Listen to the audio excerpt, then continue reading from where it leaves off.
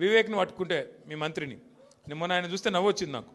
ఆయన తిరుగుతూ ఉన్నాడు, మహిళలు అడ్డం వచ్చారు. ఏమాయి సారు 2 నెలలకెళ్ళి రోడ్ లేదు మన్ను లేదు ఏం చెప్తున్నావు అన్నారు. గవర్నమెంట్ అడుకోపో అంటుండు. నువ్వేరా గవర్నమెంట్ నైనా, నువ్వే మంత్రివి, నువ్వే గవర్నమెంట్ మర్చిపోయావు అంటే ఇంకా కేసీఆరే ముఖ్యమంత్రి ఉన్నాడు, ఇంకా సుమనే ఎమ్మెల్యే ఉన్నాడు, వాళ్ళని అడుకోపోరు అన్నట్టున్నది. ఏం చెప్పాలి మళ్ళీ వీళ్ళకు? వీళ్ళతో కొట్లాడాలి మనం, మన కర్మ. బాధ ఏంటంటే మీరు చూడరు, ముఖ్యమంత్రి గారు కూడా నిన్న మాట్లాడుతుండే ఎక్కడో మాట్లాడుకుంటా, ఇదివరకు మంత్రులు ఉన్న వాళ్ళు పొంకనాలు కొట్టిండ్రు వేదిక మీద ఉన్నారు అంటుండు. అంటే ఒక విచిత్రమైన పరిస్థితి రాష్ట్రంలో ఉన్నది. అందుకే వాళ్ళకు అబద్ధాలు కూడా చక్కగా చెప్పస్తలేదు. ముఖ్యమంత్రి గారు ఆయనకు పరిపాలన చేతనైతలేదు, పాపం నడుపస్తలేదు. ఆయన బాధ వర్ణనాతీతంగా ఉంది. ఆయన ఎవడు గుర్తుపడతలేడు ముఖ్యమంత్రిగా.